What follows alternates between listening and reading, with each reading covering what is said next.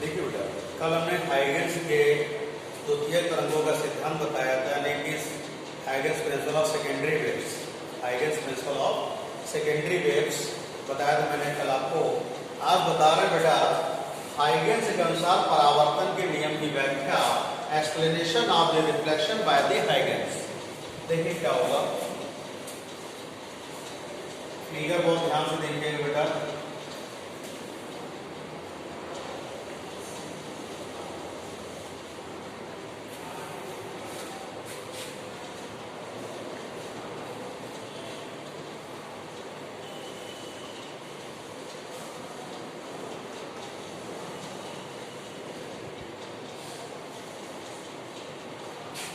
मान लीजिएगा PQ एक परावर्तक तल है आपके पास। यहाँ पे बनाए तरीका फिगर बता रहा हूँ, 2 पॉइंट आप लीजिए और इसके एक पॉइंट इसके पैरेलल एक पॉइंट यहाँ पर लीजिएगा, तो जितनी डिस्टेंस है उसी डिस्टेंस पर एक पॉइंट ये लीजिए। इस पॉइंट को इस पॉइंट से आप मिला दीजिए, ठीक है।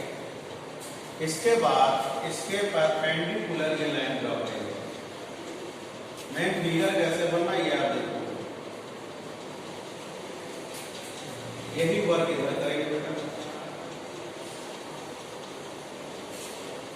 अब इस पॉइंट को आप यहां से मिला दें और इस पॉइंट को आप यहां से मिला दें।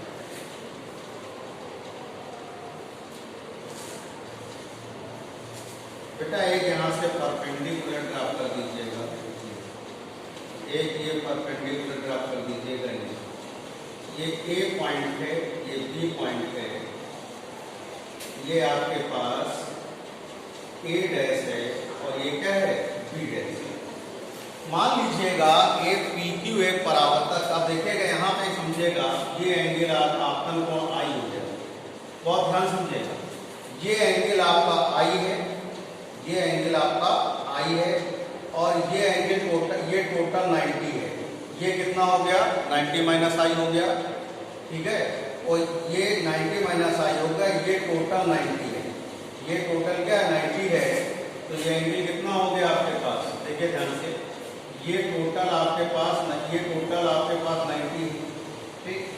ये 90 है और ये 90 माइनस I हो गया और ये टोटल कितना हो गया, 90 माइनस I, ये 90, तो ये कितना हो गया आपके पास, I हो गया। इसी तरह इसमें देखिएगा, ये R है तो ये कितना हो जाएगा, स्मॉल r हो जाएगा।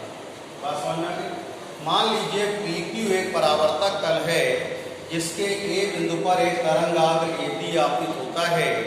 जितने समय स्मॉल t में तरंगाग्र बिंदु B से A डैश तक जाता है, उतने ही समय स्मॉल t में तरंगाग्र बिंदु A से B डैश तक चला जाता है। We consider PQ a reflective surface, a wavefront incident at point A, in which time wavefront undergoes B to A point, same velocity, same speed, and same time wavefront undergoes point A to B dash। अब देखिएगा, अब distance equal to होता है speed into time, यानी दूरी बराबर होता है क्या, चाल गुणे समय। तो यहां से बेटा देखिएगा, A dash B equal to आएगा BT और ये आ जाएगा आपके पास A B dash equal to आएगा BT। इक्वेशन नंबर 1 से आप बोल सकते हैं दोनों क्या हो गए, दोनों इक्वल हो गए। अब देखिएगा in right triangle, in right triangle यानी समकोण त्रिभुज A B A dash, in right triangle A B A dash. बेटा साइन थीटा इक्वल टू लंब बटे क्या होगा, कर्ण, यानी कि sine I equal to perpendicular upon hypotenuse. तो यह आएगा आपके पास A dash B upon A dash. Equation number 2, in right angle यानी समकोण त्रिभुज A B A dash, A B B dash A dash. Sine R equal to होगा, sine R equal to होगा A डैश, आपके पास आएगा sine R equal to होगा plus A B dash upon A A dash. Equation third, equation second divided by third, समीकरण नंबर 2 में समीकरण 3 का क्या करो, भाग दे दो। Sine I upon sine R equal to आएगा A dash B upon A dash into A dash upon A B dash, ये कैंसिल आउट हो गया। Sine I upon sine R equal to A dash B upon A B dash, equation number 4। अब यहां value रख दीजिएगा, sine I upon sine R equal to B T upon B T, cancel हो गया। Sine I upon sine R equal to, ये sine I equal to sine R हो गया, यानी कि आई इक्वल टू आर हो गया, यानी कि आपतन कोण और परावर्तन कोण बराबर हो गए। Angle of incident equal to angle of reflection, ये आपका रिफ्लेक्शन का फर्स्ट लॉ है, यानी परावर्तन का पहला नियम है कि आपतन कोण और परावर्तन कोण क्या होते हैं, बराबर होते हैं। चित्र से स्पष्ट है कि आपके तरंगाग्र, परावर्तित तरंगाग्र और अभिलंब तीनों क्या हैं, एक ही तल में है। From figure we can say normal incident wavefront reflected wavefront lie in same plane is second law of reflection, यानी कि परावर्तन का दूसरा नियम है। तो यहाँ पर परावर्तन के दोनों नियम प्रूव हो गए जो कि हाइगेंस ने प्रूव किए थे, इसीलिए बोलते हैं इसको हाइगेंस अनुसार परावर्तन की नई व्याख्या, explanation of the reflection by the Huygens.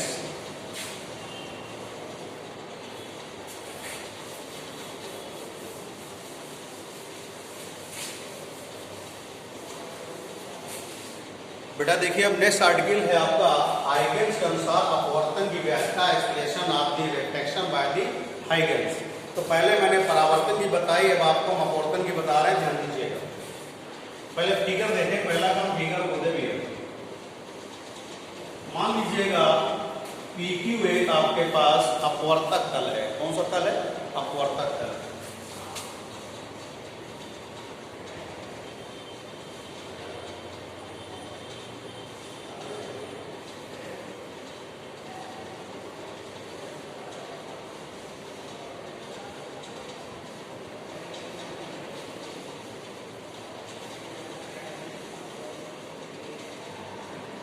ये आपका ए बी एक तरंगाग्र हुआ, ये ए डैश और ये है बी डैश। अब देखिएगा, ये मीडियम 1 है और ये मीडियम 2 है। इसमें वेलोसिटी v1 है और इसमें वेलोसिटी क्या है, v2 है। इसका आपने यहाँ से एक परपेंडिकुलर ड्रा किया, एक परपेंडिकुलर आपने ये ड्रा किया। ये एंगल आपके पास आई है, ये एंगल आई हो गया और ये एंगल क्या हो गया, आपके पास आर है, तो ये एंगल क्या हो गया, आर हो गया। तो मान लीजिएगा आपके पास PQ एक अपवर्तक तल है जिसके ए बिंदु पर एक तरंगाग्र AB आपतित होता है। जितने समय स्मॉल t में तरंगाग्र V1 चाल से बिंदु B से A डैश तक जाता है, उतने ही समय में तरंगाग्र V2 चाल से बिंदु A से B डैश तक जाता है। We consider PQ a refractive surface and wavefront incident at point A, in which time t wavefront undergoes with the speed v1 point B to A dash. Same time wavefront undergoes with v2 speed point A to B dash. तो देखिएगा A dash B equal to होगा बेटा v1 की equation number 1 और ये आएगा AB dash equal to आएगा v2 की इक्वेशन नंबर 2। अब देखिए समकोण त्रिभुज यानी in right triangle ABA dash, ABA dash, sine I equal to लंब बटे कोण यानी परपेंडिकुलर अपॉन क्या होगा, हाइपोटेनियस। तो यहां से क्या आएगा आपके पास A dash B upon A dash B upon A dash, equation 3। Similarly in right triangle यानी कि समकोण त्रिभुज AB dash A dash, AB dash A dash, sine R equal to perpendicular upon hypotenuse, यानी कि ये आ जाएगा आपके पास A B dash A B dash A dash B dash, ये होगा A B dash upon A dash, perpendicular upon क्या है, hypotenuse A dash. Equation third divided by 4, समीकरण नंबर 3 में समीकरण नंबर 4 का क्या कर दो, भाग कर दो। क्या करोगे, भाग।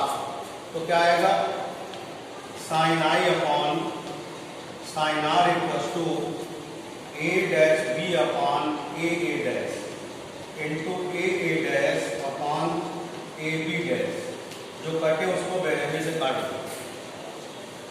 Sign I upon sine R equal to A dash B upon A B dash. Equation number हो गई आपके पास 5। बेटा यहां से इक्वेशन फर्स्ट और सेकंड से ए डैश बी और ए बी डैश की वैल्यू पुट कर दो।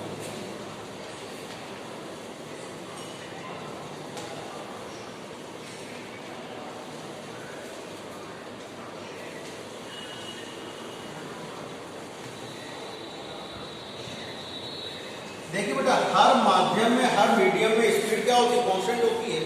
तो v1 अपान v2 क्या होगा, ये कांस्टेंट होगा। तो आपको मालूम है sine I upon sine R equal to constant, ये अपवर्तन का पहला नियम है। एक इसे स्नेल्स लॉ बोलते हैं। According to first law of reflection और Snell's law, the ratio of sine I upon sine R equal to constant. और चित्र से स्पष्ट है कि आपतित तरंगाग्र, अपवर्तित तरंगाग्र और अविलंब तीनों एक ही तल में स्थित हैं। From the figure we can say incident wavefront, reflected wavefront and normal lie in a same plane is second law of reflection। तो यहाँ पर रिफ्लेक्शन के लॉ की अकॉर्डिंग टू हाइगन्स आपका एक्सप्लेनेशन हो गया, यानी हाइगन्स के अनुसार अपवर्तन के नियम की बेटा ये क्या है, व्याख्या है।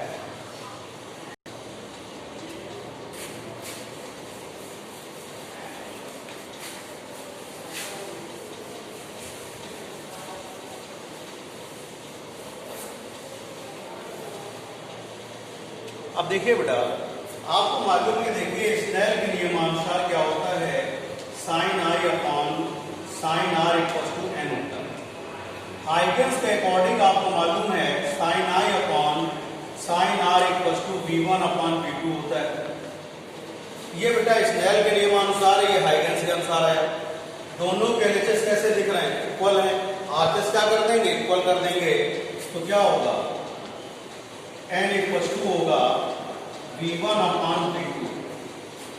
v1 इक्वल टू c रखेंगे और v2 इक्वल टू आप v रखेंगे। c क्या है, speed of light in vacuum और फ्री स्पेस, और ये क्या यानी कि निर्वात में प्रकाश की चाल है, और v जो है माध्यम में प्रकाश की चाल है, speed of light in a medium. तो ये फार्मूला डेवलप हुआ, n equal to c upon क्या हो गया, v हो गया। n इक्वल टू फार्मूला क्या हो गया, c अपॉन v हो गया। अब देखिएगा, सपोज करिएगा वैक्यूम में वेवलेंथ लैम्डा है और मीडियम में लैम्डा m है, यानी निर्वात या वैक्यूम में वेवलेंथ और मीडियम वेवलेंथ में रिलेशन क्या होगा, निर्वात में तरंगदैर्घ्य लैम्डा, माध्यम में लैम्डा m है। निर्वात में प्रकाश की चाल c है, माध्यम में v है। तो यहाँ से c equal to nu lambda होगा, इक्वेशन नंबर 1, और b equal to nu lambda m आएगा, equation number 2। Equation first divided by second, समीकरण नंबर 1 में समीकरण 2 का भाग देंगे, c upon b equal to आएगा लैम्डा अपॉन लैम्डा m। और आपको मालूम है n equal to c upon b होता है बेटा। तो यहाँ से n equal to lambda upon lambda m होगा। तो lambda m equal to lambda upon क्या होगा, n आ जाएगा। ये आपको ध्यान रखना है बेटा। तो ये माध्यम में तरंगदैर्घ्य, मीडियम में वेवलेंथ लैम्डा m है, निर्वात यानी वैक्यूम में लैम्डा है, और ये रिफ्लेक्टिव इंडेक्स है। ये क्या है, n क्या है, रिफ्लेक्टिव इंडेक्स है। तो ये था बेटा निर्वात में तरंगदैर्घ्य, माध्यम में तरंगदैर्घ्य में संबंध, यानी कि relation between wavelength in vacuum and medium.